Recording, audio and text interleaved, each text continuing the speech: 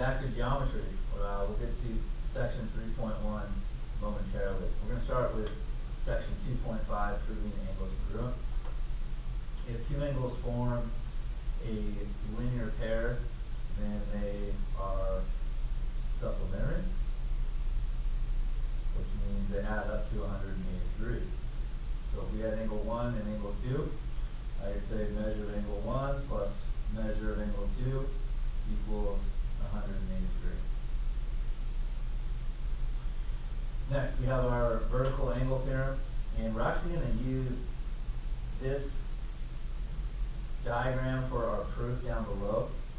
So the first thing we want to write is that vertical angles are always congruent.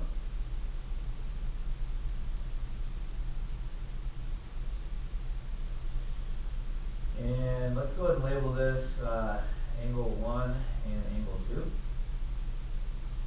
And we have our first proof, and we're told that angle 1 and angle 2 are vertical angles. So let's circle this, because this always goes into the first column of what we're trying to prove. So we're going to say angle 1, comma, angle 2 are vertical angles. And then draw an arrow for the proof part, because whatever we prove will always go in for statement 6, which is now going to read angle 1 is congruent equal to angle 2. Alright, well, as I look at this drawing, hopefully you can see that angle 1 is congruent equal to angle 2.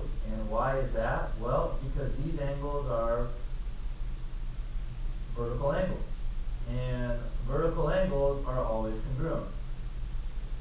So you might now ask yourself, why do we have to do this long proof when I already know that angle 1 is congruent equal to angle 2? I mean, look, we're trying to prove this down at the bottom, that angle 1 is congruent equal to angle 2. Well, we already know that because these angles are vertical angles.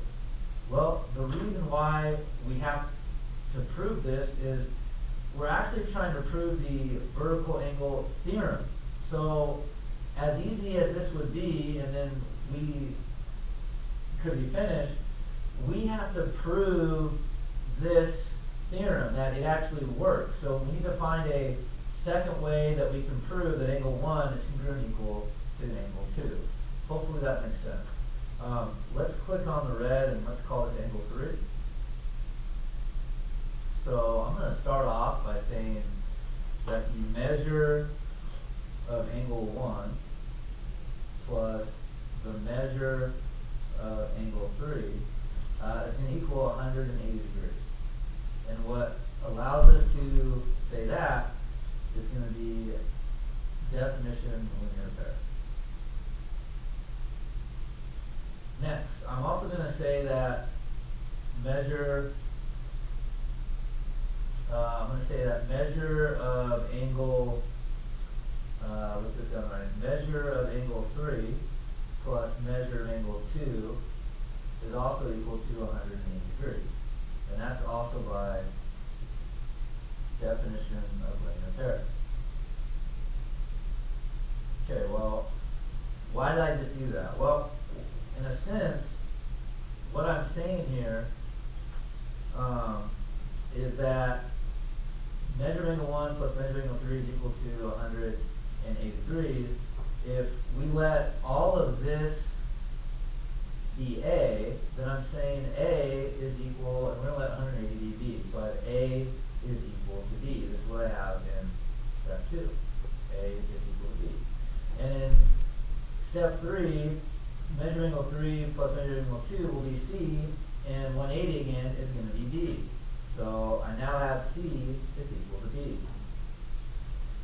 And if you recall from last unit that if San Diego Chargers will beat Seattle, and then Seattle beats Denver, then Chargers should then beat Denver. Okay, so we're saying that if A is equal to B and B is equal to C, then A is equal to C. And all of this is called transitive and then property. And and it's also a form of substitution. So you can use either reason. Okay, so we can say, let's get back to our box here, and I can say that since A is equal to B and C is equal to B, that A is equal to C. So I'm going to take A, which is measure of angle 1 plus measure of angle 3, equals C, measure of angle 3 plus measure of angle 2. And that would be by transitive, okay, or I can call that substitution. Because in a sense, I use substitution for 180, right? Measure of angle 1 plus measure of angle 3 was substituted in for 180 since they're both equal to 180. All right, from there, we're going to use algebra, and let's subtract measure of angle 3 on each side, so minus measure of angle 3 on each side, and when I do that, I get measure of angle 1 equals measure of angle 2. And that's because we use the subtraction property, so subtraction and then property. And then all the way back from unit 1, which we just had, if two angles are equal, these two angles must also be each congruent. And the rule for that is definition of congruence.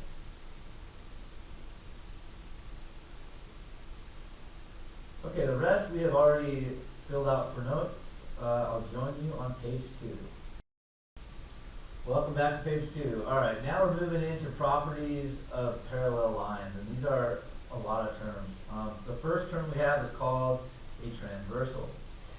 And for the transversal, let's go ahead and write a line.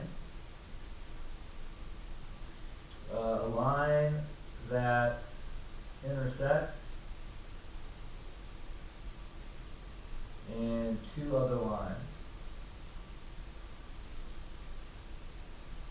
A line that intersects two other lines. So let's draw from our transversal down to line T. And there we have line T, and so line T is going to be, in this problem, our transversal. Now lines N and M appear to be parallel. However, without arrows on these lines, we're not sure if they're actually going to be parallel. So let's write in parentheses that a transversal is a line that intersects two other lines that are sometimes parallel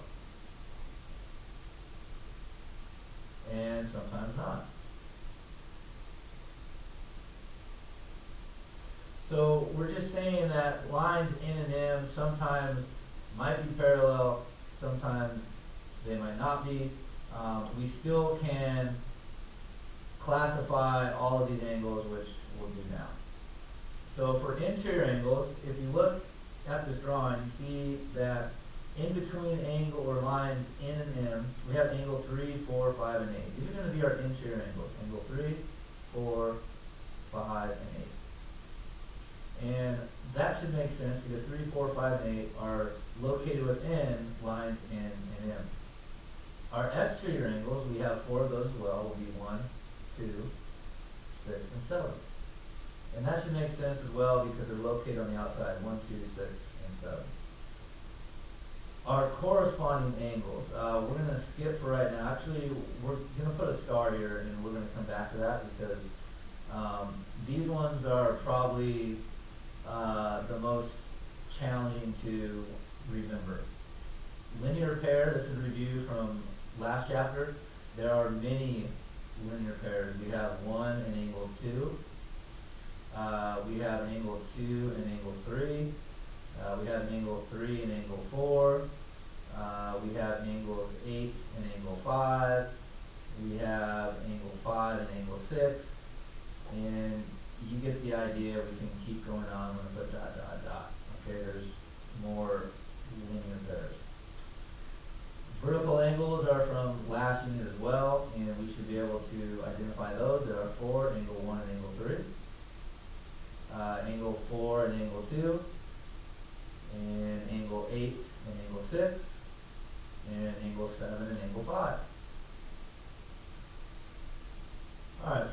alternate interior angles, well, the word ALT or alternate means that it's going to be on opposite sides of our transversal. So there are two types of alternate angles. We have alternate, when we put ALT, interior angles.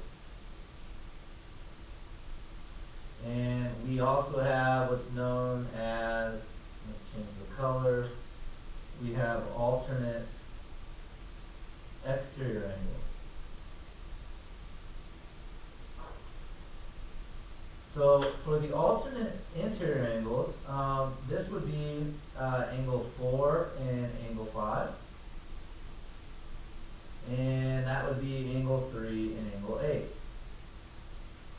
So why are angle 4 and angle 5, angle 3 and angle 8 considered alternate interior angles? Well, again, let's look over with line N and line M. Angle 3 and angle 8 are on the interior, hence the term interior. And angle 3 and angle 8 are on alternate sides. They're not on the same side. So when that happens, that's known as alternate interior angles. The same with angle 4 and 5. Our next term is alternate exterior angles. So this is going to be angles 1 and 6 and angles 2 and 7.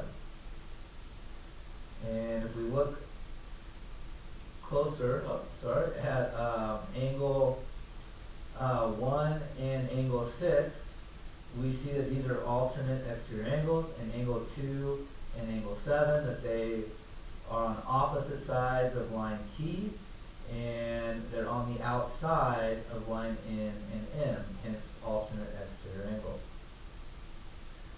Alright, for corresponding angles, let's list them first, and then we'll think if we can come up with a rule to explain the relationship between these angles. We have angle 1 and angle 8. Those are corresponding angles. Angle 2 and angle 5. And angle 4 and angle 7. And angle 3 and angle 6. Those are the four corresponding angles. Okay, why are they, or how can we put this in words? Well, if you look at angle 1 and angle 8, they're on the same side, so corresponding angles are going to be on the same side. Okay. However, do you see how angle 1 is on the exterior between N and M, and angle 8 is in the interior between lines N and M? Therefore, we want to say that one angle is in the interior, one angle is in the exterior. And so that's the best way that we can explain corresponding angles. Same side, one angle will be interior, one angle will be exterior. Alright, before we move down, we have said that sometimes when a transversal will intersect two lines, that sometimes line N and M will be parallel. When they are parallel, special relationships form. If you look at angle 1 and angle 8, do you see how angle 1 and angle 8 are both obtuse angles? See how they're more obtuse? It also appears that angle 1 is congruent and equal to angle 8. They just look congruent. And that will always be true when these lines are parallel. And we're going to learn more about that later. Okay? But right now we're just looking to see patterns. What about angle 4 and angle 5? Well, if you look at angle 4 and angle 5, they both appear to be acute angles. It also appears that angle 4 is congruent and equal to angle 5. And that will also be true. Those are alternate interior angles, and they will also be each congruent when two lines are parallel cut by a transversal. Alright, and then one more that we can do. If we look at angle 3 and angle 5, okay, I'm going to put 2 marks and 3 marks because these two angles aren't congruent. Look, one, angle 3 is obtuse, and angle 5 is acute. So I'm not going to say that angle 3 and 5 are each congruent, but measure of angle 3 plus measure of angle 5 is going to equal a linear pair. It'll be 180 degrees. And we'll learn more as we go. Scrolling down, go ahead and write these down if you don't have it.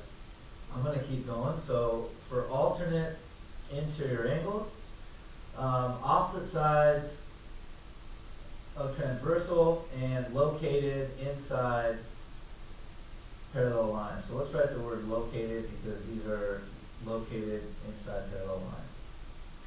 And so the alternate interior angles, we've already explained what those angles were. They were angle 4 and 5 and angle 3 and 8. So let's just include that. Angle 4 and 5 and angle 3 and 8 were the alternate interior. We do the same for alternate exterior. We have 1 and 6 and 2 and 7 were the alternate exterior angles. Same side interior, we haven't labeled these yet. So same side interior would be angle 4, comma angle 8. And angle 3 and angle 5 would be same side interior. We also have same side exterior, that's going to be angle 1 and angle 7. And then that's going to be angle 2 and angle 6, same side exterior angles. Alright, moving down below, we have our corresponding angular postulate, and what we're saying here is that if a line T, or if a transversal intersects two parallel lines, so now we're saying that these two lines are each parallel. Let's put our line T here. Let's put line A and line B here. Okay, and then let's put angle 1 here and angle 2 there. So that's referring to this angle and this angle. And so what we're saying is that if these two angles are each parallel, so if A is parallel to B, then angle 1 is congruent equal to angle 2. It's also true that if we write its converse, so again, let's label line A, line B. I can say if angle 1 is congruent equal to angle 2, then A is parallel to B. And it works both ways. So again, in our rules, when two lines are each parallel, the angles that correspond, or the corresponding angles, will always be congruent. And I could have said that, angle 3 and angle 4, these are also corresponding angles. Angle 5 and angle 6 are also corresponding angles, and angle 7 and angle 8 are also corresponding angles. So all of those angles would each be congruent to it. We need to do the same for alternate interior, and in our rules, alternate interior angles are also congruent. Line A, line B.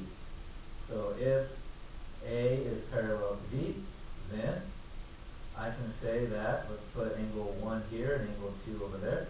I can say angle 1 is congruent and equal to angle 2.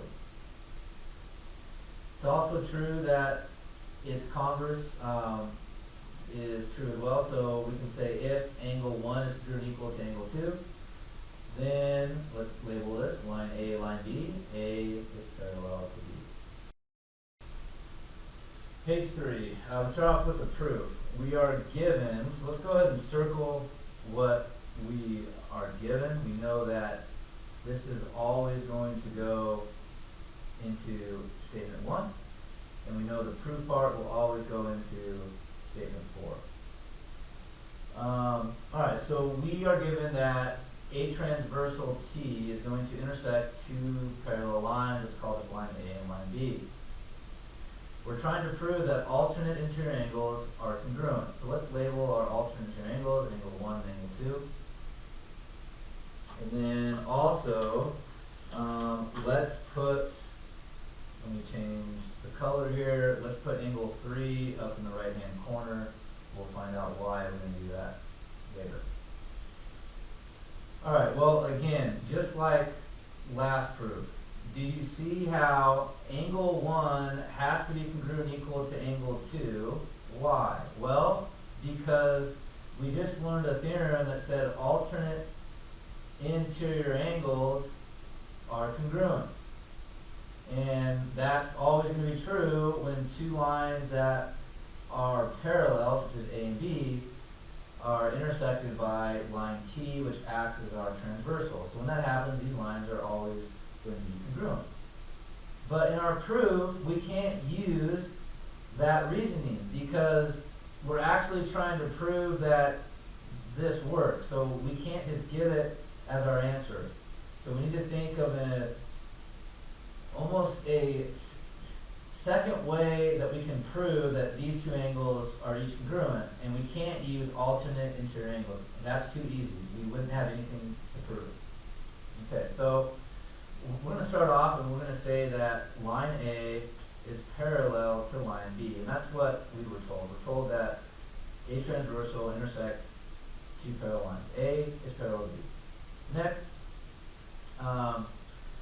let's start off and say that angle 2 is congruent and equal to angle 3. Now, what allows me to say that angle 2 and angle 3 are each congruent? Well, angle 2 and angle 3 are corresponding angles. And we know from last page that corresponding angles are congruent when two lines are each parallel cut by a transversal. Alright, then what else do we know? What about, am I allowed to say that angle 1 is congruent equal to angle 3? Yes, I am. Angle 1 and angle 3 are also congruent because those are vertical angles. And vertical angles are always congruent. Well, now we're back to A is equal to B, right? So let's change colors here so that we can see this. And when I say A is B, I'm not referring to line A and line B. I'm going to let angle 2 be A. So I'm saying that A is equal to B. Then we're saying C is equal to B. And since A and C are both equal to B, now I get to say that A is equal to C. Now what I'm using is called transitive. However, hopefully you can also see that that was substitution. So you have your choice. You can use either rule, okay? If it makes more sense to you, just call it substitution. That's really what we're going to do. So now I can jump and say, since they're both equal to angle 3, angle 2 and angle 1 are each congruent. So angle 1 is congruent equal to angle 2, and that's what we were set off to prove from the very beginning. Alright, go ahead and write in the following definitions.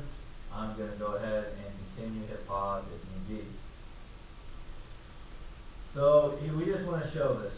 If a transversal intersects two parallel lines and same side interior angles are supplementary. So first, let's show same side interior. That would be angle 1 and angle 2. So we're going to say that measure of angle 1 plus measure of angle 2 has to equal 180 degrees.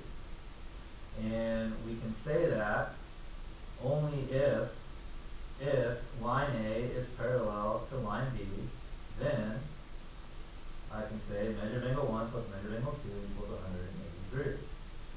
It's also true with its converse. So if, and I have measure of angle 1 plus measure of angle 2 equals 180 degrees, then, let's label this line A, line B, then A is parallel to B. Let's skip alternate exterior. Let's do same side exterior. So just like we have the rule for same side interior, the same rules apply for same side exterior. So let's label our angles. Let's call this angle 1 and angle 2. These are on the same side and they're on the exterior of line A and B. So again, if line A is parallel to line B, then I can say that measure of angle 1 plus measure of angle 2 is going to equal 180 degrees.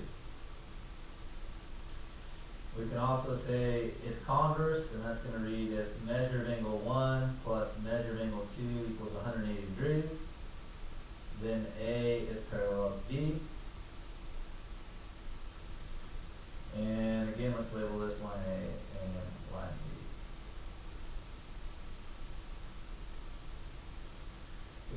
true for the alternate exterior angles theorem, except this time they're not going to be supplementary. They're going to be each congruent. So alternate exterior angles, let's put a 1 and a 2. So I can say that this is line A, line B. If A is parallel to B, then I can say that angle 1 is congruent equal to angle 2. And if we flip that around with its converse, we can say if angle 1 is congruent and equal to angle 2, then I can say that line A is parallel to line B. Now hopefully you can see that 1 and 2 are alternate exterior angles, and also these are considered alternate exterior angles. So they don't have to be exactly in the same place. But know that alternate means opposite sides of your transversal. So opposite sides of our transversal.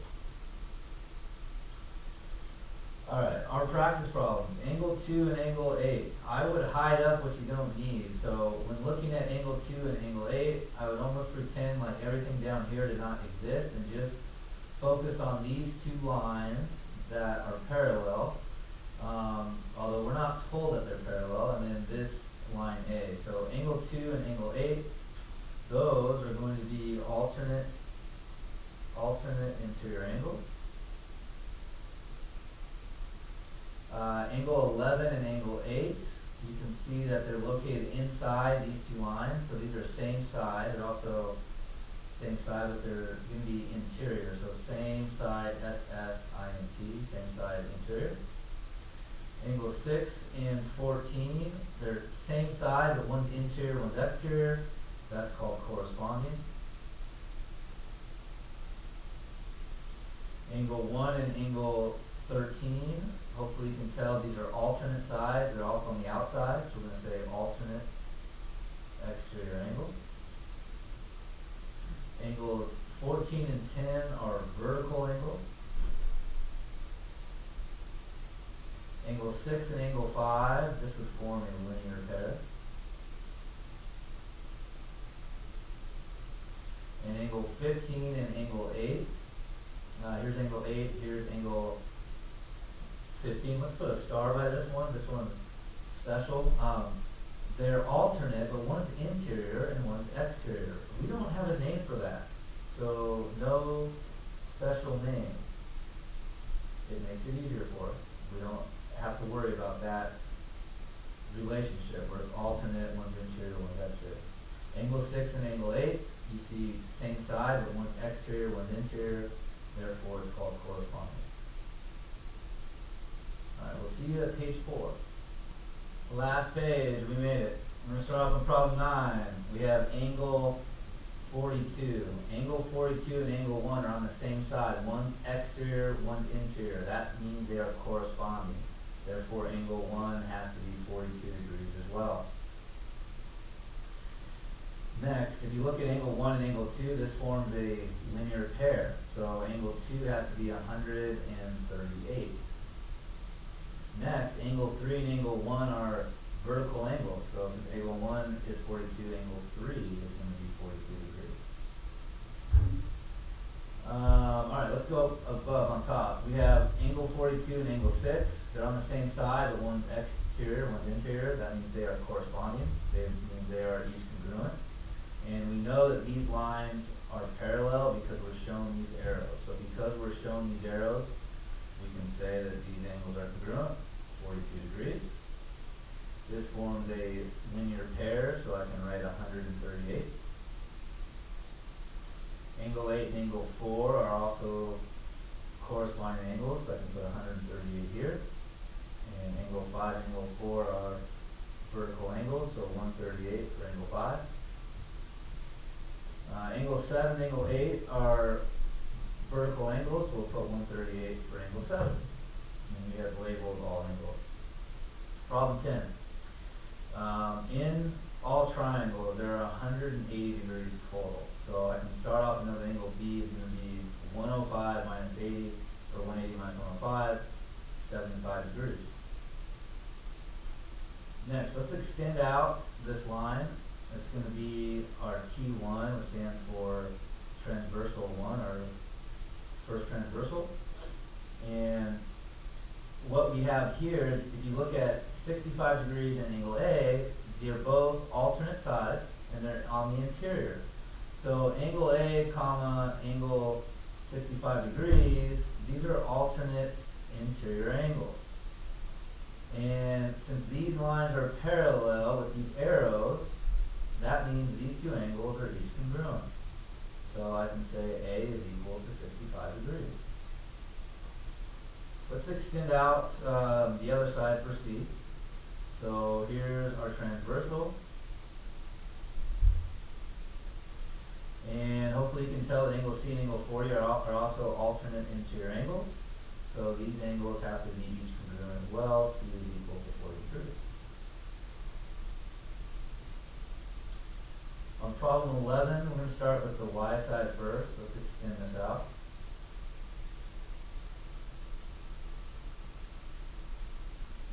And let's extend, we're going to call this T1, our first transversal. And when I jump back to this problem, this line in red would have been T2, our second transversal. So the first thing we have to do in order to solve for y and then x is what kind of angles are these? So first we have to identify what kind of angles. Well, they're on the same side, both on the interior. So these are same side interior angles. After we identify what kind of angles they are, we then need to think, are they supplementary or congruent? Because those are the only two options that we have so far. So same side interior angles are supplementary. Therefore, I'm going to take y plus y minus 50 equals 180 degrees. I end up getting 2y is equal to 230. Y is equal to 115 degrees. So again, y is 115, and then this would give me 65 degrees down below. Alright, the other side, we're going to change colors. Let's again extend out this line. So these two lines are both parallel. Here comes our transversal. We're going to call this line T2 for our second transversal. And first step is to identify what kind of angles we have. 2x in a box. Remember, a box means 90 degrees. So we have identified that these are same side interior angles again. Therefore, 2x plus 90 is going to equal 180. And that means 2x equal to 90, x equals 45.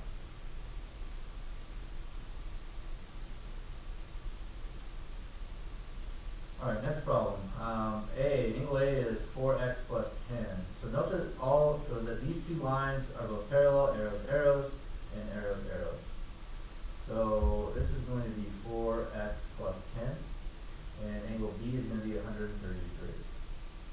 Alright, well just like last problem, let's extend out our line. So we're going to extend this line, up. And we'll have to extend these lines out. So this is our transversal, T1. And these two lines are both parallel. What kind of angles do we have? Well, hopefully you can tell these are same side interior. So 4x plus 10 plus 130 equals 180 degrees. Okay? These are not equal, they're not congruent. Since they're same side interior, that means they're going to be supplementary. They're not congruent. Solving for x, we end up getting 4x equals 40. X is equal to 10. Alright, with angle D and C, we have 3x minus 7. And we have 2x minus 8. We're going to extend our transversal up. We'll call this T2.